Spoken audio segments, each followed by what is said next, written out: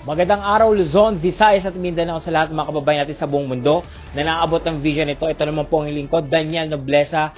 Nagpapasalamat sa inyo sa mainit na suporta dito sa inyong paboritong podcast every week, ang Derechahan ni Nobleza sa podcast. Episode 6 na tayo. Maraming salamat po.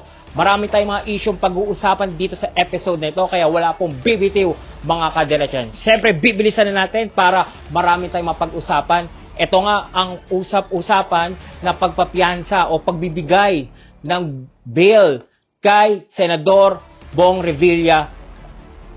Ito'y kine-question ng ombudsman natin na si Boying Rimulya dahil nabigyan nga ng bail ng Sandigan Bayan si Bong Revilla. Alam naman po natin na plunder ang kinakaharap ng dating senador sa Sandigan Bayan at ito'y sinampan ng ombudsman. Sabi naman ni Ombudsman Rimulya na gagawin lahat ng ombudsman ang paraan para maibalik muli sa selda si Bong Revilla. Ang salita naman ng kampo ni Revilla, sana respetohin din ng ombudsman ang gulong ng hustisya ng Sandigan Bayan. Sumagot din ang Sandigan Bayan sa paratang na may gumapang o umareglo sa loob. Sabi ng Sandigan Bayan ng mga nagdesisyon, yung mga justices natin nagdesisyon sa division na yon, na ginagalang nila ang response ng ombudsman o pahayag ng ombudsman hinggil dito. Dahil karapatan naman daw lahat ng partida magbigay ng kanilang pahayag. Pero naninindigan sila na nasa batas at gumagapang ang hustisya para sa bawat kampo, ang bayan at kay Senador Revilla.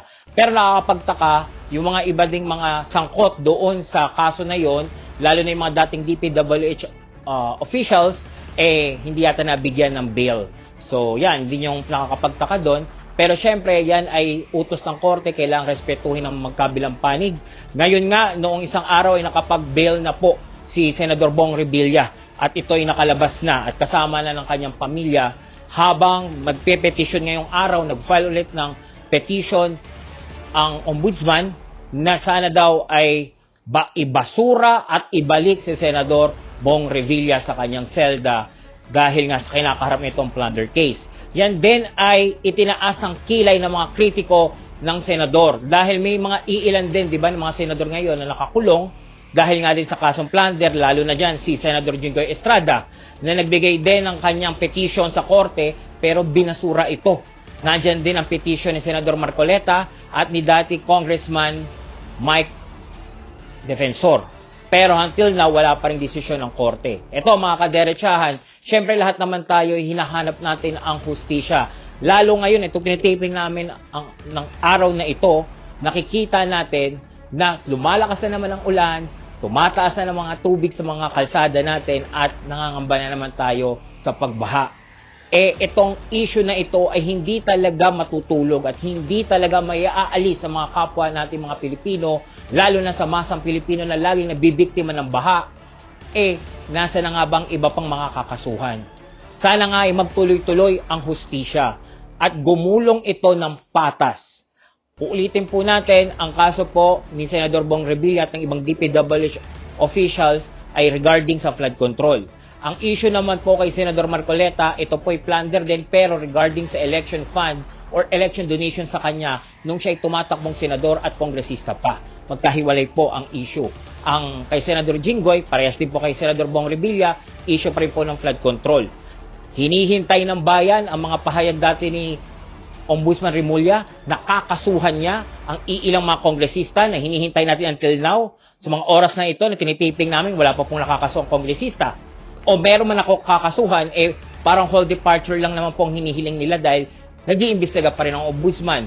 Hinihiling din po natin sa ombudsman na sana po na rin ang inyong pangako, yung mga senador na inyong pinangakong kakasuhan nyo bukod dun sa mga nakakulong ngayon ay haharap din sa kaso regarding sa flood control. Hinihintay din po natin yan. Para magkaroon po ng kapanatagan ang bawat Pilipino, hinihiling po namin ang agarang hustisya, ang paggulong ng hustisya na hindi nakapikit, nakadilat si babaeng hustisya. Nakita niyo po yung, di ba, yung model ng hustisya, meron po siyang dala-dalang kanyang timbangan at nakapiring po ang kanyang mata na nagsisimbolo na walang dapat pinapanigan ng hustisya. Nawa, kami pa'y umaasa kay Ombudsman Rimulya na ibigay niya ang tamang kaso at isampa ito sa Sandigan Bayan na makapag-desisyon din sa Sandigan Bayan. At sana sa mga kinakaharap ng kaso ng mga senador na ngayon, na may kaso na si Jigger Estrada, si Bong Revilla, at si Senador Marcoleta, nawa ang hustisya ay gumulong sa kanila. At sana hindi dyan natatapos dahil dapat managot ang dapat managot. Hindi lang ang iilang tao. Dapat ang makuha, sabi nga nila, ang pinakamalaking buhaya. Sino nga ba yung buhaya na iyon na hinihintay ng buong bayan? Pero ang solusyon sa baha hindi pa rin po natutugunan. Kami po ay nakikiusap din, lalo na sa DPWH, kay Secretary Vince Dizon. Secretary, alam namin, nag-iikot ka at sinabi mo naman publicly, hindi ka tatakbo sa 2028. Okay, kukuhanin namin sa iyo yan ha. Pero sana, solusyonan na natin ang mga baha, lalo dito sa Metro Manila, na lagi na lamang binabaha. Konting ulan lang, baha na agad. Dito sa Maynila, dito sa Quezon City, laging baha. Diyan sa Maynila, yung Taft Avenue na karaniwan puntahan ng mga nag-a-apply ng trabaho, kumukuha ng mga clearance, nag-a-apply doon sa mga trabaho malapit doon sa area na iyon, yung mga estudyante na nag-aaral din doon sa hilera ng Taft, na lagi na peperwisyo dahil laging baha. Nung nakaraang araw nga, pinuntahan mo doon sa may Taft at tinignan mo yung drainage, ikaw mismo nagsabi na baka nung panahon pa ng digmaan, ikalawang digmaan, ilang taon na po, ilang dekada na yun na lumipas. Ngayon lang pala nyo nakita na ganun pala ang sitwasyon. Solusyon po, hindi pagtuturuan. Panahon na po na siguraduhin ninyo na hindi na po magkakaroon pa ng problema sa baha. Konting ulan lang, baha na agad. Sasabihin niyo, hindi naman maiwasan baha. Opo, hindi talaga maiwasan. Pero kung tama po ang project na pinapatupad ng gobyerno, maiibsan po yung problema natin, lalo na sa baha. Imbis po puro politika, unahin po natin ang ating mga kababayan. Parang awa nyo na po. Kaya ngayon po mga kaderechahan, nagpapasalamat pa rin po kami sa inyo dahil episode 6 na at marami pa rin po ang sumusubaybay sa atin. Huwag nyo pong kakalimutan na i-share, i-like at mag-comment sa videos na inyong napapanood every week. Marami pa tayong pag-uusapan, magbabalik ang Derechahan ni Nobleza dito sa podcast.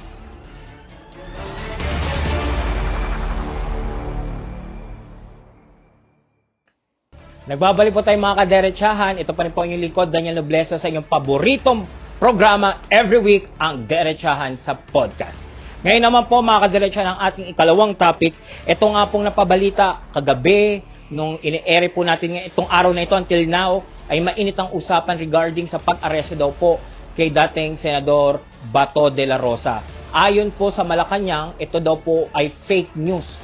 At ito rin po ay sinasabing pangligaw hinggil sa nangyayaring impeachment ni Vice President Sara Duterte. Ito pinaging pahayag kanina ni Palace Press Officer Claire Castro na sinasabi niya na wala pong nahuling Bato de la Rosa. Ito ay tinatanggi ng Malacanang at ito daw po ay diversionary tactics para mawala daw po ang atensyon ng publiko sa nagaganap na impeachment trial ni Vice President Sara Duterte sa Senado. Ito din po ay pinabulaanan. Tinanong din po ng mga press si NBI Director Melvin Matibag. Sinabi rin nito na wala po sa kamay ng NBI si Senador Bato de la Rosa. Matatandaan po na nahaharap po sa kaso si Senador Bato de la Rosa sa International Criminal Court. Hinggil nga pa rin po sa drug war na ginawa nila nung panahon ni dating Pangulo Rodrigo Roa Duterte. At ngayon nga po, alam naman po natin na last year pa po ay naidala na si Pangulong Duterte sa dahig at hinaharap na ang kaso. At ang hearing ay sa November 30. Formal hearing na po niya sa kaso niya doon sa ICC. At meron pong standing warrant of arrest noong pa po, noong May. Nung dumating nga po sa Senado noon si Senador Bato de la Rosa, noong Mayo, May 11, para nga po palitan na yung dating Senate President Tito Soto at para pumabor din kay Senador Alan Cayetano na naging Senate President, lumabas nga po itong si dating Senador Antonio Trillanes para ibandera ang warrant of arrest na inisyu pa pala last year pa ng International Criminal Court. So ngayon po, at large po, nagtatago, pugante ang tawag ng iilan na alagad ng batas kay Senador Bato de la Rosa dahil nga po ay may warrant of arrest siya mula sa ICC. Marami pong mga issue bumabalot dyan. Gusto din po nating liwanagan ng mga kaderechahan natin na ang kasong yan ay international ICC, hindi po ito sa local courts natin. May ruling din po dyan ng Supreme Court na kailangan po daw dumaan pa sa mga local courts kapag extradite natin yung isang Pilipino. Tulad nga po sa kaso ni Bato de la Rosa, ni Senador Bato de la Rosa at ni dating Pangulong Duterte. Kaso kay Pangulong Duterte, inilipad na siya doon. Kaya ang kampo ni Senador Bato ay gumagawa lahat ng legal na pamamaraan para ma-prevent na yung nangyari na sinasabi nga ng kampo ng mga Duterte na abduction o pagkidnap sa dating Pangulo na huwag mangyari kay Senador de la Rosa. Sinabi naman din ni Attorney Torion, ang legal counsel ni Senador Bato de la Rosa, na handa naman silang harapin ang anumang kaso pero dito sa ating bansa, sa Republika ng Pilipinas, sa Korte ng Republika ng Pilipinas. At yun nga lang po, ang maliwanag po dito, sinabi rin ni Secretary Remulla na wala rin po sa kamay ng PNP ngayon si Senador Bato de la Rosa. So, Malacanang, NBI, PNP, lahat po ng otoridad na dapat umaresto kay Bato de la Rosa, inuutusan ng ICC, wala po sa kamay nila. So, at large pa rin po si Senador Bato de la Rosa. Kami naman po dito sa Derechahan, kami po ay nananawagan na sana rin po yung mga petition po na makalaya or mabigyan ng hustisya si Pangulong Duterte na nandun sa ICC ngayon, si Bato de la Rosa, yung mga pinasa nilang mga petition sa Supreme Court ay matugunan na rin ng korte natin. Alam nyo po, bilang paggalang naman din po sa ating Korte Suprema, sana po ay makaabot din po ito sa kanila. Alam po namin na patong-patong po ang mga petisyon, ang mga gustong gawin ng mga ibang abogado. Kami naman po ay nakikiusap, sana po ay bilisan po natin ang pagdesisyon sa mga kasong ito. Alam po namin tambak po ang mga kaso diyan ngayon sa Supreme Court, pero nangangailangan po kasi minsan ng urgency yung mga kaso. Lalo na po itong petition po nila Senator Bato at ni PRRD na yun nga po si Pangulong Duterte nandun na sa ICC. Hanggang ngayon po wala pa rin pong desisyon ng Korte Suprema. Hindi naman po natin pinanghihimasukan at dinidiktahan ng Korte. Tayo po ay lubos na gumagalang sa Korte, lalo na sa mga maestrado ng Korte Suprema. Pero bilang din Pilipino at ordinaryong at masang Pilipino, nakikiusap naman din po kami sa mga kagalang-galang natin mga huwes diyan, maestrado diyan sa Supreme Court, na sana bilisan nyo din yung mga pagdesisyon nyo sa mga petition para magkaroon ng clarity, magkaroon na din ng kapanatagan ng bawat kampo na masolusyonan na at mabigyan na ng legal na opinion ang mga issue nito. Maraming issue diyan sa pagdakip kay Bato. Kami po ay naghihintay. Dahil hindi ba natin masabi, baka sa future, mangyari ulit ito, isang Pilipino inakusahan sa ibang bansa at kailangan arestuhin. Nararapat bang hindi nagalangin ang batas ng Pilipinas at idiretso na itong mga tao nito doon sa kung sino mang hukuman ng nag-o-order na arestuhin sila, na may mandamiento de aresto? O kailangan pagdumaan talaga ito sa proseso na dapat, dahil alam naman natin na may mga Republic Act na ipinasa para protektahan din ang mga Pilipino na nakaharap sa kaso sa ibang bansa. Hindi basta-basta ang pagpapadala sa kanila. Kaso sa nangyari kay Pangulong Duterte, maraming na naging question. Lalo na yung mga law student natin na hindi pa rin nasasagot kung ano nga ba ang dapat at hindi. Ito ang batas at ito ang dapat sundin o hindi nasusundin. Marami pong katanungan ng mga kaderechahan natin. Tayo naman po dito sa Derechahan, hinihimay-himay lang natin ang mga issue at kami po naghihintay ng magandang kasagutan sa legal na aspeto at syempre, yung kapanatagan din ng pamilya. Hindi naman po usapan itong political lang May mga kamag-anak din po ang senador at si Pangulong Duterte na nag-aalala. Mga supporters, mga sinasabi ng mga DDS na umaasa sa hustisya at maraming ding mga antay at tinatawag nga rin DDH o Duterte diehard haters na gusto talagang pagbayarin si Duterte at lahat ng sangkot sa drug war daw nung panahon niya. Hinihintay po natin ang desisyon ng Korte Suprema. At nawa, mabigay po ang hustisya sa magkabilang panig at gumulong ang totoong hustisya, hindi ang interes ng iilan. Yan po ang ating ikalawang issue sa episode na ito. Muli mga kaderechan, huwag niyo pong kakalimutan na manood, i-share, i-like at mag-comment. Namimiss ko po kayo. Gusto ko po kayong kausap. Diyan po tayo mag-uusap sa inyong mga comment at masagot po natin at lalo ng inyong mga opinion. Maraming salamat po sa mainit yung suporta. Episode 6 na po ang Derechahan sa podcast. Magbabalik po tayo mga kaderechahan.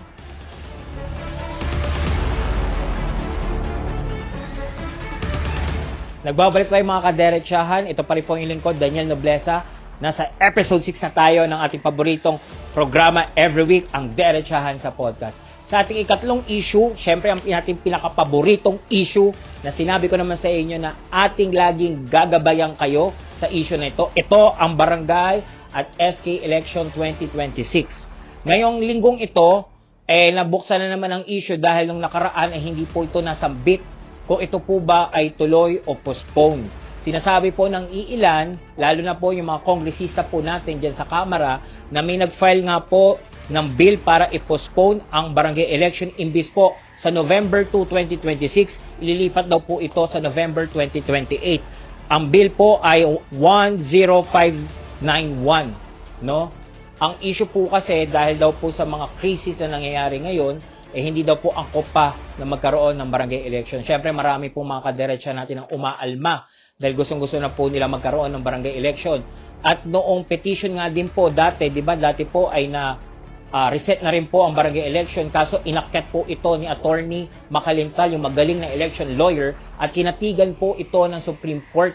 Sinasabi po na pinagbabawalan na po ang Kongreso na basta-basta mag-postpone ng barangay election dahil ito daw po ay labag sa saligang batas. Ang karapatan ng taong bumoto at pumili ng kanilang pinuno sa kanilang mga barangay. Nagbigay na rin po ng pointers ang Supreme Court. Naalala ko po ang sinabi po ng Supreme Court, hindi basta-basta mag-cancel ng barangay election kung hindi naman tigmaan, walang pandemya. Katulad nun, kung may COVID-19, maaari po siyang isuspend at huwag muna ituloy dahil syempre may pandemic. Kung ito po ay may gera tayo, hindi rin po dapat din ituloy. Pero bukod po doon, sa mga binigay pong pointers ng Supreme Court, yun lang po ang po pwedeng valid reason para isuspend ang eleksyon. Hindi po natin alam kung ano po ang nilalaman noong i-final po ng isang kongresista sa may bandang Negros yata, kung ano po ba ang petition niya regarding dito sa postponement. Baka po ang kanilang sinasabi yung regarding po doon sa oil crisis. Na feeling ko po ngayon si Trump po at ang Iran ay maganda na ang usapan at sinasabi nga ni Trump na baka bumaba na naman ulit yung presyo ng gasolina, so kahit paano mababawasan yung crisis dun sa langis. Mga kaderechahan, ang barangay election po ay isa po sa basic, bukod po sa pamilya, itinuturo po sa atin, elementary, high school, college, na ang basic foundation po ng isang lipunan, lalo ng Pilipinas, ay ang pamilya, sumunod ang barangay. Kung ang barangay po ay hindi po napapalitan at sila po ay na-extend, nagkakaroon po ng distrust o walang pagkatiwalaan sa bawat isa, ang mamamayan at ang mga opisyales. Alam naman po natin na sa 2028 ay national election na at malaki rin pong ginagampanan ng mga barangay para masulido ang suporta lalo na sa mga opisyales natin sa lokal at pati na rin sa nasyonal.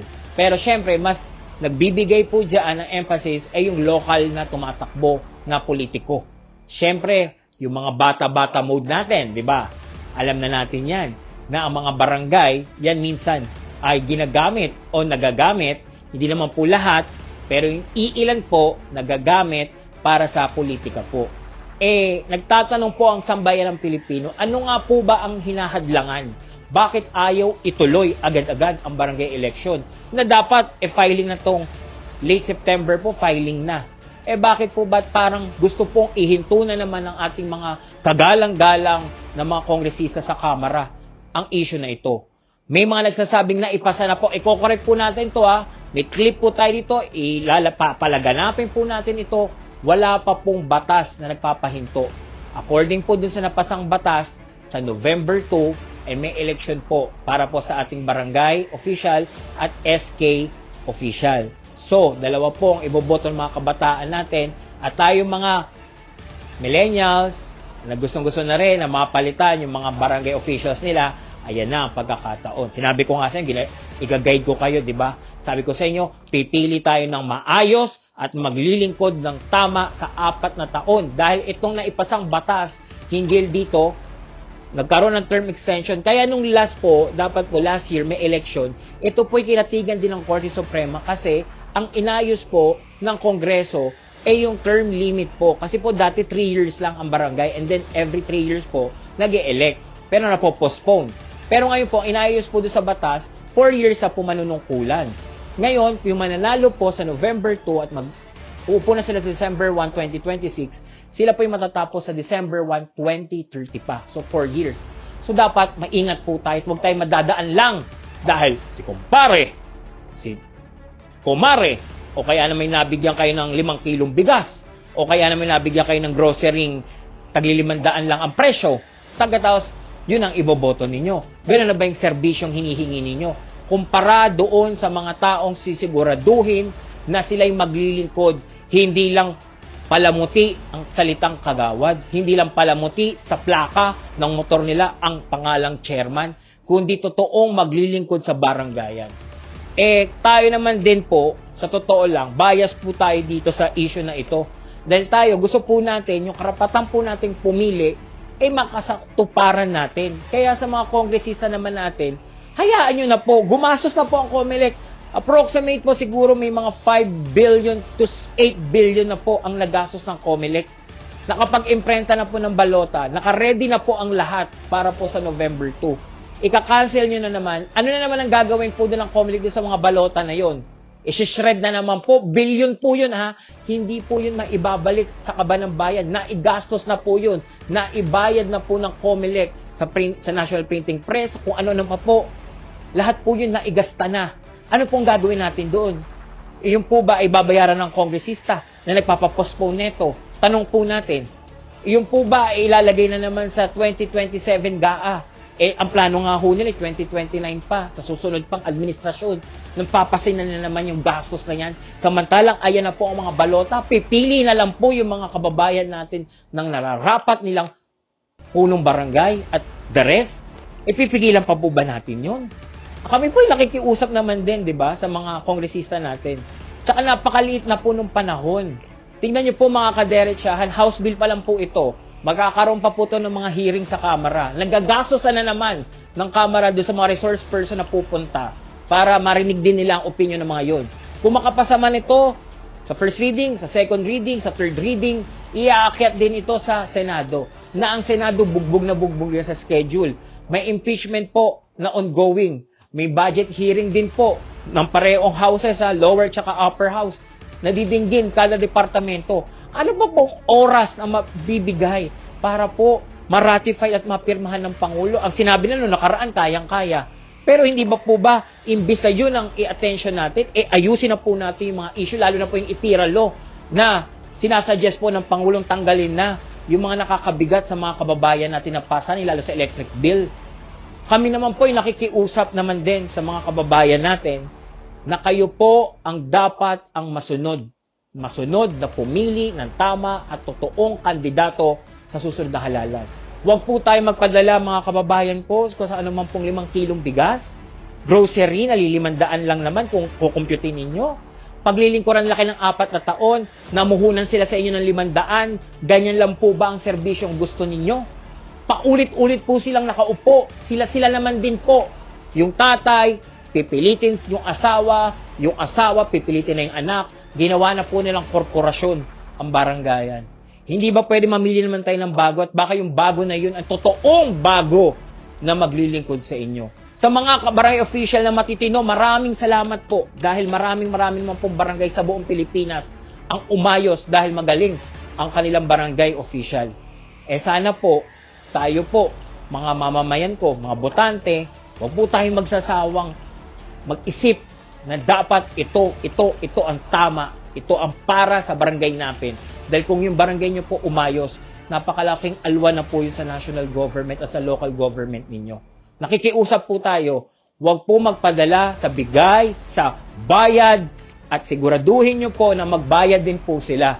Dahil sila po pwedeng makulong, lalo na po kapag nag-file na po sila ng Certificate of Candidacy, sila po kailangan na magbayad. At ngayon din po yata, meron na pong pinasa din ang council ng COMELEC na kailangan na din pong magbigay ng sworn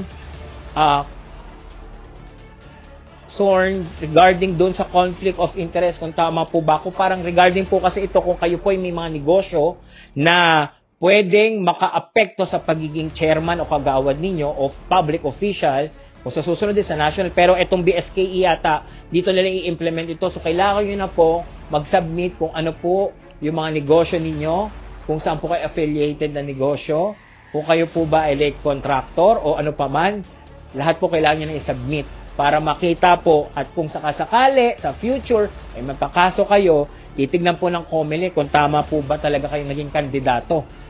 Na ngayon nagiging issue, siyempre marami nang lumabas. Meron pa nga rin ngayon na kailangan nyo rin po mag-submit ng birth certificate, yung latest. Dahil meron din mga naging opisyal ng Pilipinas, lalo na yung isa, di ba, si Alice Guo, na alam natin na Chinese, pero nakalusot, naging mayor sa isang bayan, na hindi pala siya talaga Pilipino at hindi dapat maupo sa public office. Yung mga ganong mga senaryo po, pinag-isipan po ito ng COMELEC. Maganda naman po ito para din magkalabasan din kung ano ba talaga yung mga properties na tumatakbong chairman sa lugar ninyo.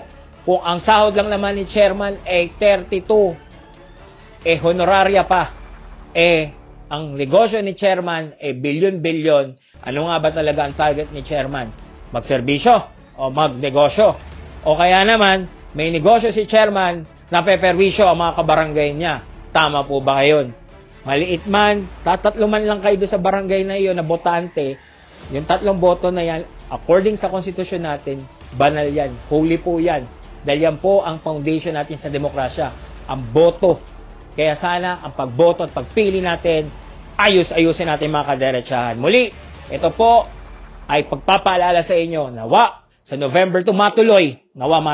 Tayo po talaga yung stand natin, matuloy siya at makapili tayo ng mga tamang opisyales sa ating barangay. Diyan po nagtatapos ang ating ika-3 issue sa episode na ito. Maraming salamat po mga kaderechan sa inyong patuloy na suporta. Huwag pong bibitaw every week. I-share, i-like at i-comment ang bawat video na inyong napapanood. Maraming salamat. Episode 6 na tayo. Magbabalik po ang inyong lingkod dito sa inyong paboritong programa every week, ang Derechahan ni Noblesa sa podcast.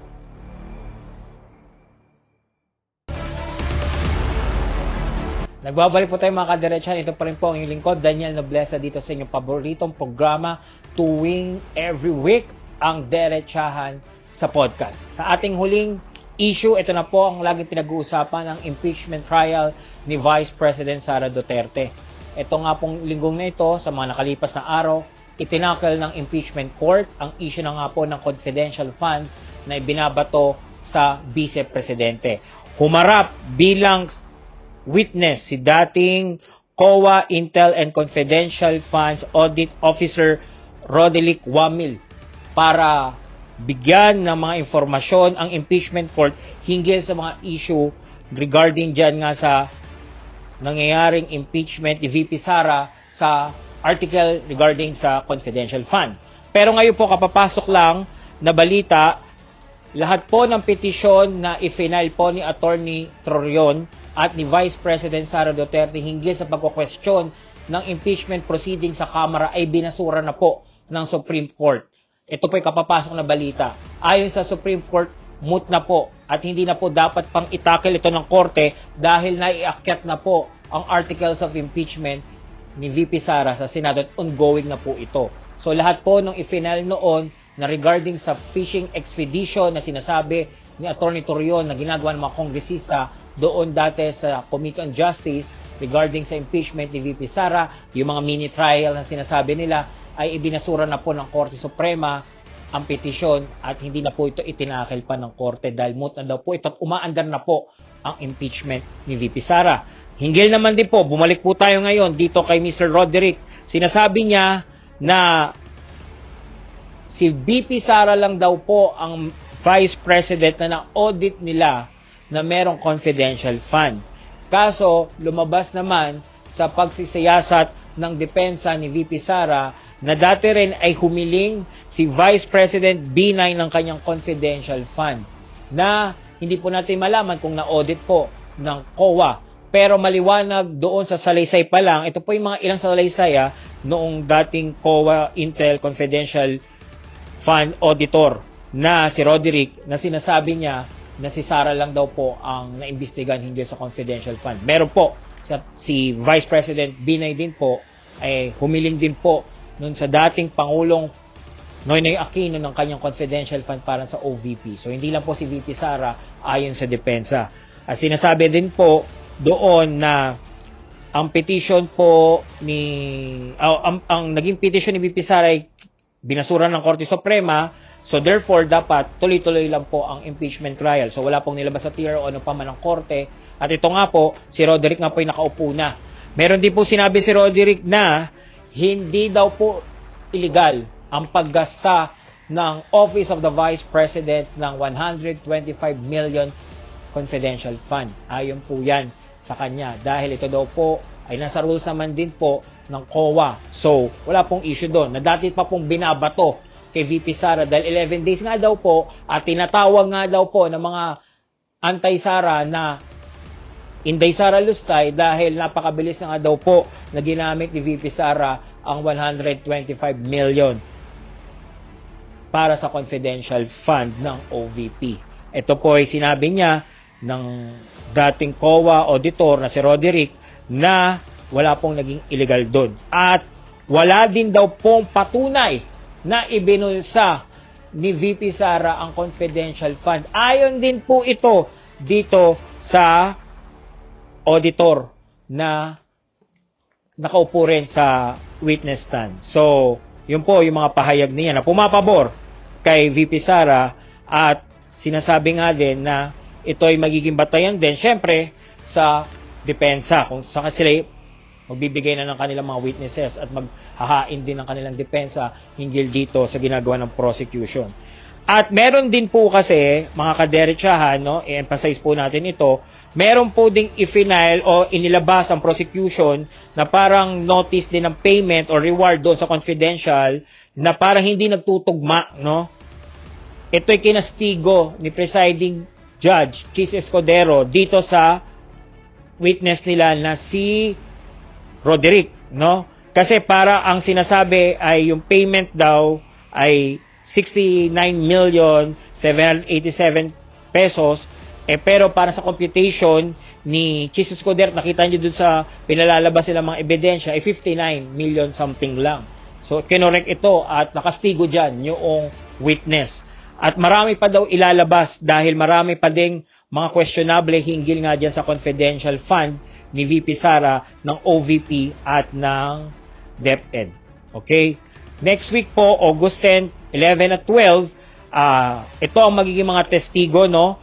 Si Commission on Audit State Auditor Zailin Del Ocampo, si House Legislative Information Resource Management Director Marivic Pareja, si Gina Acosta, dating Special Disbursement Officer ng Office of the Vice President, si Edward Fajarda, dating Special Disbursing Officer ng Department of Education o DepEd. So sila naman po ang sasalang next week kasi Monday to Wednesday lang po ang impeachment court. Na yun naman po, sinabi din, may isa pong witness din ongoing kanina na hinarap din ang prosecution at sinasabi sa kasaysayan muli ng OVP at ng DepEd, ngayon lang daw po nagkaroon ang isang DepEd secretary ng Intel Fund at confidential funds. Ang sinasabi naman ng depensa, ito'y ginamit ni VP Sara para i-counter po yung mga terrorist group na pumapasok lalo na po sa sektor ng edukasyon natin. Alam niyo po, napaka-mainit po yan na issue nung dati pa kay Pangulong Duterte nung naitatag nga po ang LTF-LCAC na talaga namang ang agenda at ang gagawin ay talagang durugin ang mga teroristang, komunistang grupo na nag-aasik ng lagim sa ating bayan noon pa until now. Ang naging topic po dyan, may mga na-recruit na mga kabataan, lalo na po sa mga universidad sa ating bansa na nare-recruit para mamundok na taliwas naman sa sinasabi ng mga pro-communist na mga grupo. At yung mga aktivista natin nagsasabing ito daw po ay red tagging. Pero yan po ang basic na ginawa po ng opisina ni Vice President Sara Duterte nung siya pa po ang DepEd Secretary.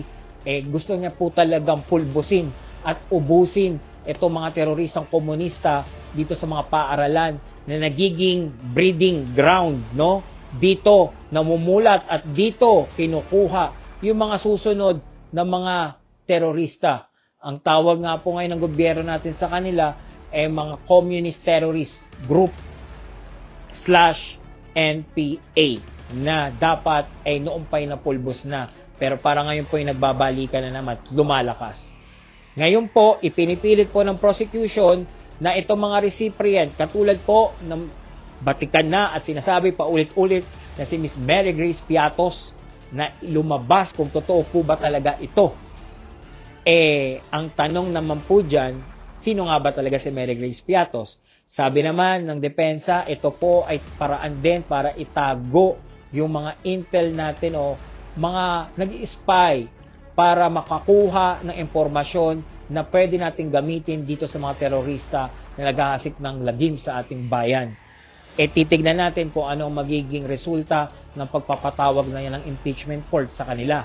At lumabas na rin po ngayon, lumabas na rin yung mga BIR records ay inaprobahan ni Pangulong Bongbong Marcos para daw po mailabas sa impeachment court.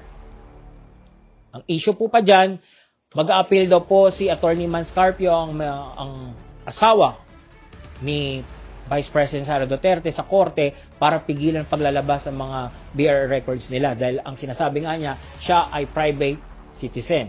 Ang sinasabi naman ng mga prosecutor natin, prosecution dyan sa impeachment court, kasama siya because asawa siya ni Vice President. So, kung ano mang pag-aari niya at pag-aari ni Vice President, ito'y kailangang kilatisin kung ito po ba ay napapaloob sa mga plunder or graft and corruption. Yan po ang sinasabi ng prosecution. So, madugo pa itong mga susunod na mga araw at talagang tututukan natin. At sa ang impeachment court din ay nireceive na rin yung mga bank records na ibinigay ng mga bangko natin. Karamihan po dyan, mga kaderechahan, ay nangangamba. Matatandaan nyo po, noong dati sa impeachment case din ni dating Pangulong Joseph Erap Estrada, meron pong bank manager na humarap rin sa impeachment court at sinaylaysay niya lahat ng mga ginawa doon sa pagbubukas ng illegal ng mga account ni Jose Velarde na sinasabi nga si dating Pangulong Joseph Estrada hanggang sa nauwi sa malaking EDSA rally ulit ng pagbabagsak sa dating Pangulo. Ang nangyari po, nagkaroon po ng bank run. Yung bangko pong pinagsisilbihan na yon at pag-openan po ni Jose Velarde, nagsarado po. Ito rin po ang kinakatukutan ng iilan. Tama ba itong ginagawa ng impeachment court ng ating gobyerno na pagbulatlat ng kung ano namang mga bank records ng Vice President? Oo, official siya ng gobyerno. Pero ang katanungan, ano kaya maging epekto nito sa mga nasa bangko, lalo na sa banking industry natin?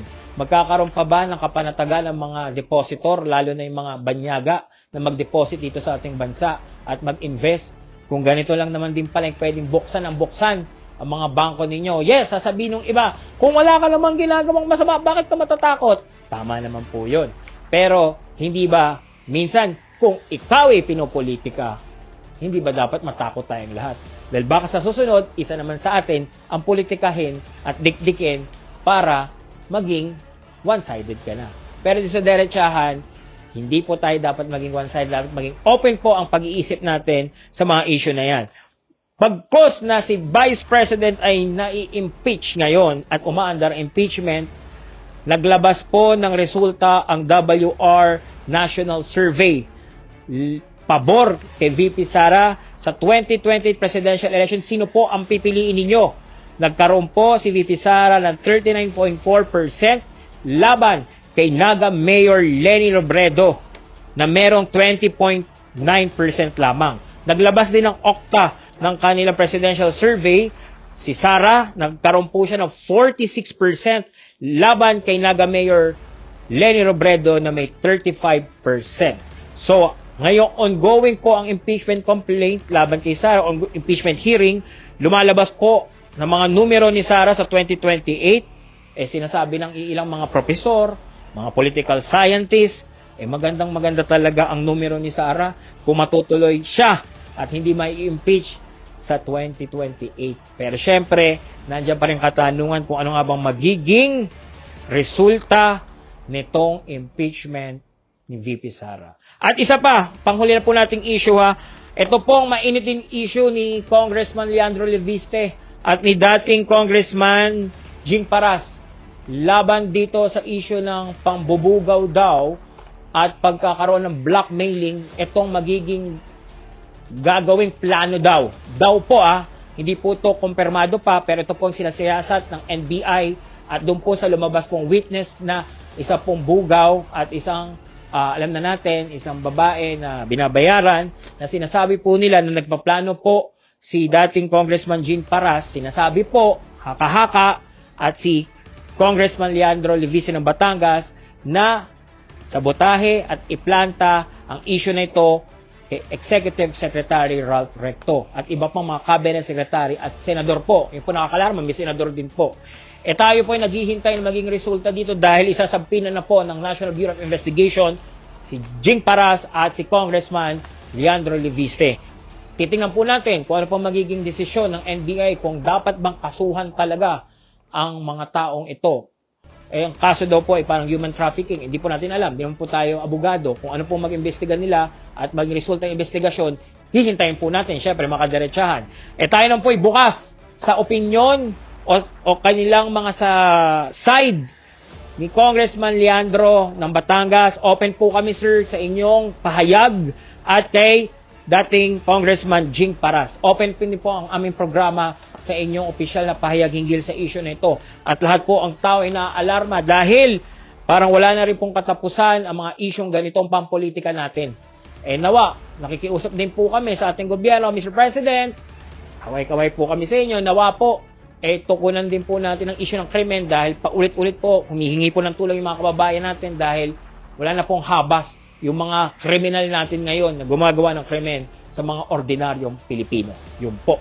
At dyan po nagtatapos ang ating episode 6 ng Derechahan. Muli mga kaderechahan, maraming salamat po sa inyong mainit na suporta, sa inyong paglalike, pag-share at pag-comment. Napakalaking salamat po talaga. Bilang si Daniel Nobleza, nagpapasalamat ako dahil hindi nyo ako binibitan. Noon hanggang ngayon, nandiyan pa rin kayo at huwag kayong bibitiw. Every week, tuwing linggo, sa bawat buwan, meron tayong episode ng Derechahan. Ako pa rin po ang inyong lingkod, Daniel Nobleza, na nagsasabi sa bawat issue, dapat Derechahan lang, walang paligoy-ligoy. Magandang araw po. Ingat po tayong lahat. Goodbye!